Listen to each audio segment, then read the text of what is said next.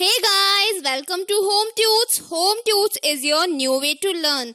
As we all know how important is English in our day-to-day life, whenever we go out, whenever we find our friends talking in English, whenever we attend some social parties, we find many people talking in English very fluently. और तब हमारे मन में ये आता है कि काश हम भी ऐसे ही इतनी फ्लुएंटली इंग्लिश बोल पाते। इंग्लिश आज के समय में हमारा स्टेटस सिंबल है, समय की ज़रूरत है, इंग्लिश इज मस्ट। तो क्यों ना हम सब भी मिलके आज डिसाइड करें कि हम भी अब से इंग्लिश ही बोलेंगे।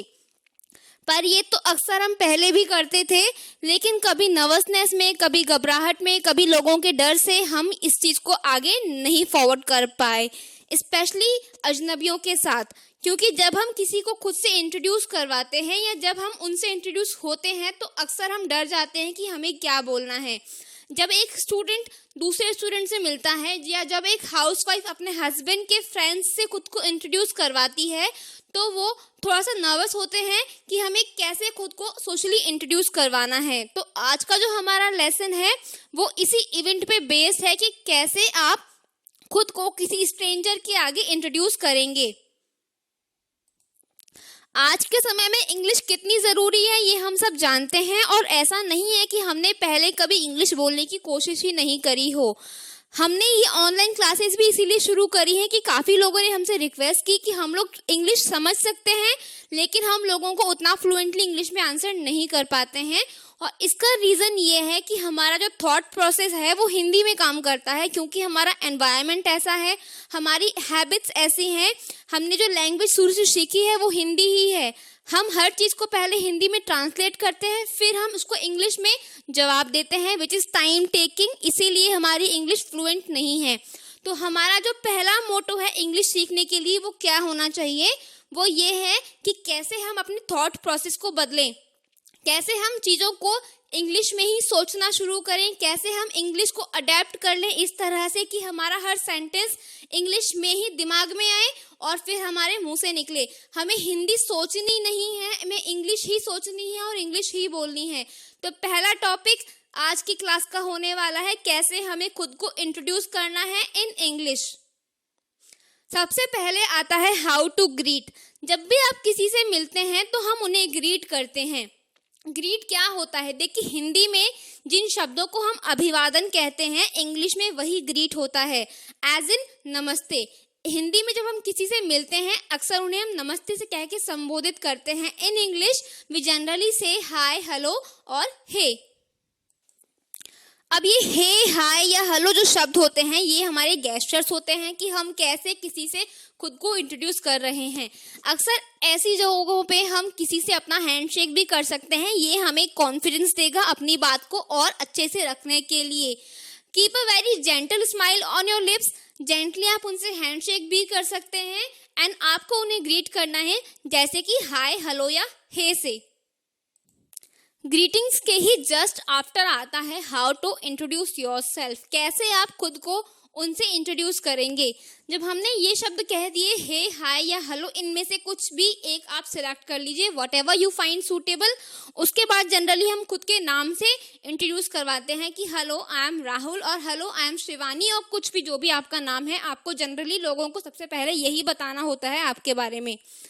जैसे कि हमारा जो इमेजिनरी कैरेक्टर है इसने पहले खुद को इंट्रोड्यूस करवाया विद बहुत स्वीट गेस्चर के साथ हे, हाय या हेलो में, और इसने कहा हेलो आई एम राहुल। इसने कहा कि हेलो मैं राहुल हूँ। What is your name? What is your name generally English में लिखा जाता है what is your name, but जब हम स्पोकन में आते हैं इसका जो एब्रीविएशन है या जो इसको एक एक्सटेंडेड फॉर्म में कर दिया गया है वो है what's your name. In a little bit style हम इसे कह सकते हैं व्हाट्स योर नेम, आपका नाम क्या है। व्हाट्स योर नेम के रिप्लाई में आपको भी सेम ही रिवर्ट करना होता है। हे आई एम शिवानी। हे मतलब अगेन अ ग्रीटिंग, आप भी उन्हें ग्रीट करेंगे उसी तरह से जिस तरह से आपको उन कैरेक्टर ने किया था, और उसके बाद हम कहते हैं हमारा अपना नाम आई एम शिवानी। नेक्स्ट क्वेश्चन आप पुट कर सकते हैं जैसे कि हाउ आर यू, आप कैसे हैं। जनरली एक बहुत कॉमन शब्द है हाउ आर यू। इसके जगह पे आप कुछ और अच्छे शब्दों का इस्तेमाल भी कर सकते हैं, जैसे कि हाउ हैव यू बीन, अब तक आप कैसे थे या आप कैसे हैं। हाउ आर यू डूइंग, सब कुछ कैसा चल रहा है। हाउ इज एवरीथिंग डूइंग, सब कैसा हो रहा है।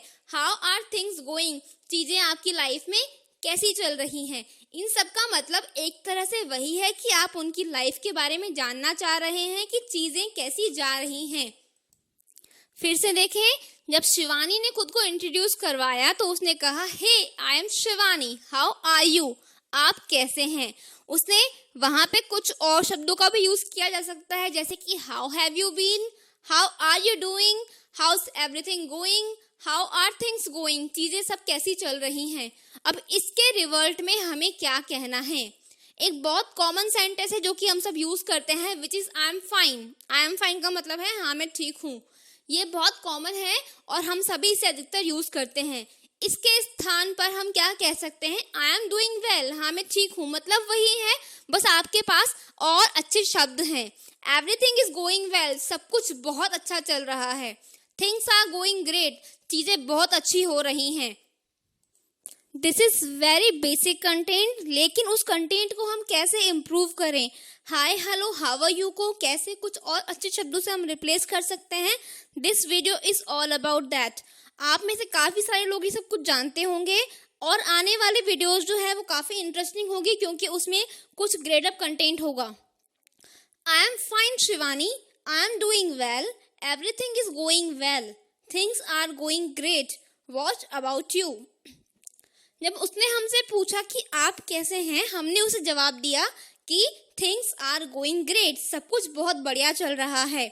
अब इसके बाद हमें उनसे पूछना है कि व्हाट अबाउट यू, आप कैसे हैं। हमने दोबारा उनसे नहीं पूछा हाउ आर यू, हमने पूछा व्हाट अबाउट यू। शब्दों के सिलेक्शन में ध्यान रखिए कि आप क्या शब्द कह रहे हैं। English is all about your words, आप अपने वर्ड्स को कितने अच्छे से लोगों के सामने प्रेजेंट करते हैं, this is English. What about you, आपके क्या हाल हैं। तो शिवानी का भी रिवर्ट आएगा आई एम डूइंग गुड या I am fine too, I am doing exceptionally well. अच्छे से अच्छे शब्दों का यदि हम यूज करते हैं तो हमारी English day by day improve होने लगेगी। जी हाँ, इंग्लिश बोलने का सबसे अच्छा तरीका यही है कि हम अपनी वोकेबुलरी बिल्ड करें। वोकेबुलरी कैसे बिल्ड होती है, जब हम अच्छे शब्दों को सुनते हैं, अच्छे शब्दों को पढ़ते हैं तो हमारे ब्रेन में वो शब्द सेव हो जाते हैं। तो उसके लिए हमें क्या करना होगा, हमें कुछ अच्छे न्यूज़पेपर्स को पढ़ना होगा which is easily available on internet every time. हम अच्छी न्यूज़ सुन सकते हैं ताकि हम अच्छी वोकेबुलरी बिल्ड कर सकें।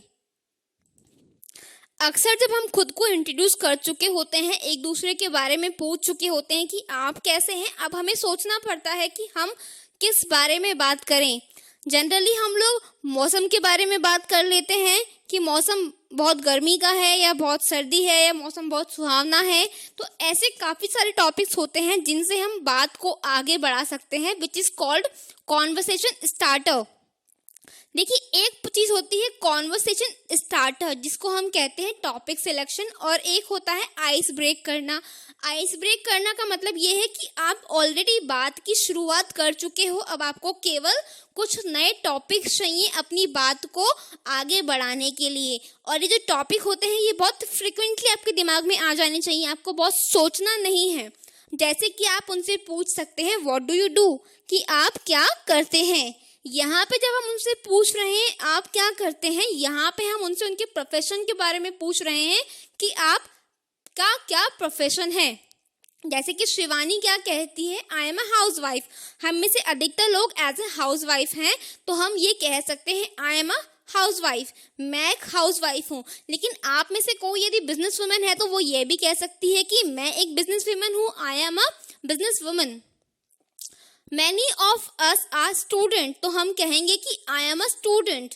हम में से कुछ लोग बहुत अच्छी रेप्यूटेड जॉब्स में हैं, तो हम अपने जॉब्स का नाम ले सकते हैं, जैसे कि I am a banker, I am a teacher, I am an monthly employ. जो भी आपका काम है, जो भी आप करते हैं, आई am a manager, I am a entrepreneur, जो भी आपका वर्किंग फील्ड हो आप उसे यहाँ पे बता सकते हैं। ये आपके कॉन्वर्सेशन में ऐड ऑन करेगा। अब जैसे कि हमको ये समझ में आ चुका है कि हमें खुद के बारे में बताना है कि हम क्या काम करते हैं, तो यहाँ पे अगर आप चाहें तो आप उसकी डिटेल्स भी दे सकते हैं कि आपका वर्किंग एरिया क्या हो सकता है। और यदि यही conversation is between two students, जबकि यही कॉन्वर्सेशन दो स्टूडेंट्स के बीच में हो, तो अब वो लोग क्या बात करेंगे? वो ये नहीं कह सकते कि मैं बिजनेस वुमेन हूँ और वो अपना बिजनेस फील्ड आपको एक्सप्लेन करेगा। वो ये नहीं कह सकता कि मैं बैंकर हूँ और वो अपने बैंक की फील्ड आपको इंक्लूड करेगा। तो वो आगे कैसे बात करें? तो टॉपिक क्या है? Conversation between two students. दो अजनबी स्टूडेंट्स आगे कैसे बात कर सकते हैं? तो हम जनरली उनसे यह कह सकते हैं कि in which school do you read? आप कौन सी स्कूल में पढ़ते हैं? तो यहाँ पे राहुल रिवर्ट करता है आई स्टडी इन कॉन्वेंट, कि मैं कॉन्वेंट स्कूल में पढ़ता हूँ। एंड यू, यहाँ पे उसने पूरा क्वेश्चन नहीं पूछा कि आप कौन सी स्कूल में पढ़ते हैं, केवल एक वर्ड विच इज यू। आपका मतलब है कि और आप कौन सी स्कूल में पढ़ते हैं। तो शिवानी ने क्या कहा कि आई स्टडी इन डीपीएस, मैं डीपीएस में पढ़ती हूँ। लेकिन वो यदि यहीं रुक जाती तो फिर से कॉन्वर्सेशन स्टॉप हो जाता। तो शिवानी ने यहाँ पे खुद की बात को और आगे भी बढ़ाया। उसने सिर्फ ये नहीं कहा कि आई स्टडी इन डीपीएस, उसने क्या कहा? I study in DPS pursuing class 9, कि मैं कक्षा 9 में पढ़ती हूँ। उसने अपनी स्कूल की भी डिटेल्स दी, अपनी क्लास की भी डिटेल्स दी, और आगे क्या पूछा कि in which class do you study, कि तुम कौन सी क्लास में पढ़ते हो। उसी तरह से राहुल ने भी आंसर किया कि I am pursuing class 10th, मैं 10th क्लास में पढ़ता हूँ। और आगे उसने भी खुद के बारे में सब बताया और क्या कहा? My favourite subject is maths and I love to play guitar. अब उसने उससे रिवर्ट क्वेश्चन या काउंटर क्वेश्चन क्या पूछा कि डू यू प्ले गिटार, मतलब मुझे तो गिटार पसंद है, क्या तुम्हें भी गिटार पसंद है? तो शिवानी यहाँ पे क्या कह रही है? यस आई डू, हाँ मुझे गिटार पसंद है।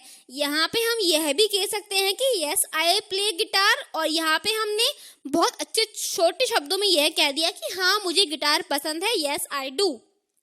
मोरोवर आई लव सिंगिंग, और मुझे सिंगिंग भी बहुत पसंद है।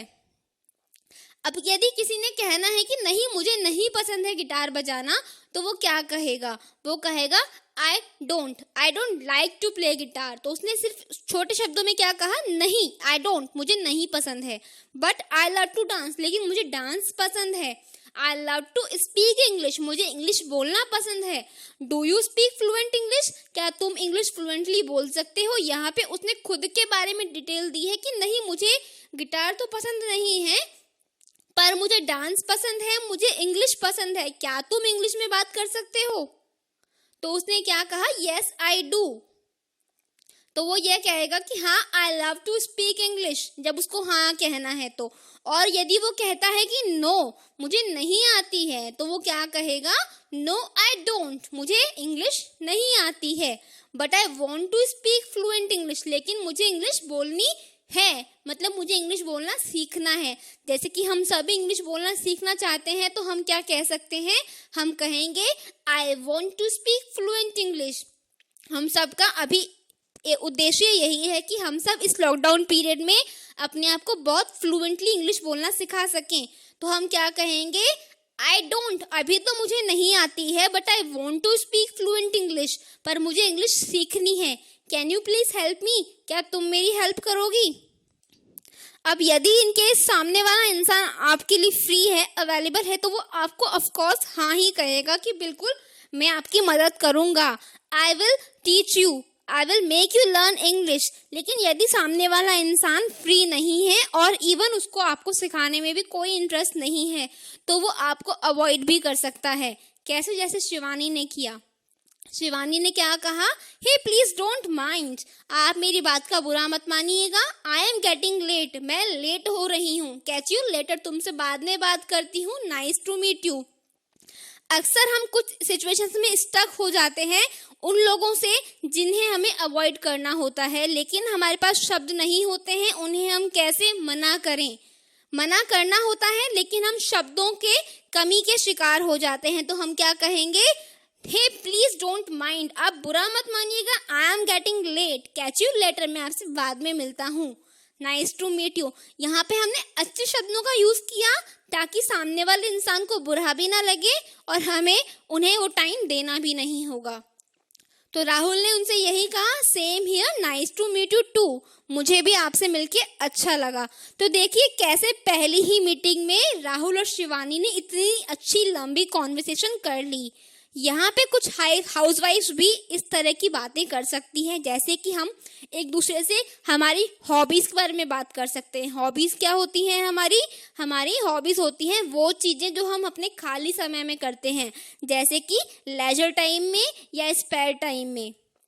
जैसे शिवानी ने राहुल से पूछा कि क्या तुम्हें गिटार बजाना आता है, तो हम कह सकते हैं कि हमें आता है और हमें नहीं आता है, लेकिन मैं सीखना चाहती हूँ।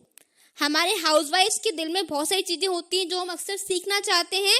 तो आप भी कमेंट कीजिएगा कि आप क्या सीखना चाहते हैं, बट प्लीज़ इन इंग्लिश। आपके इन लॉकडाउन पीरियड्स के क्या गोल्स हैं, आप इंग्लिश के अलावा और क्या सीखना चाहते हैं, प्लीज़ कमेंट डाउन। कैसा लगा आपको हमारा आज का ये वीडियो? नेक्स्ट सीरीज में आने वाला है कुछ और बहुत इंटरेस्टिंग आप सभी लोगों के लिए। Please stay connected, keep speaking in English. Thank you.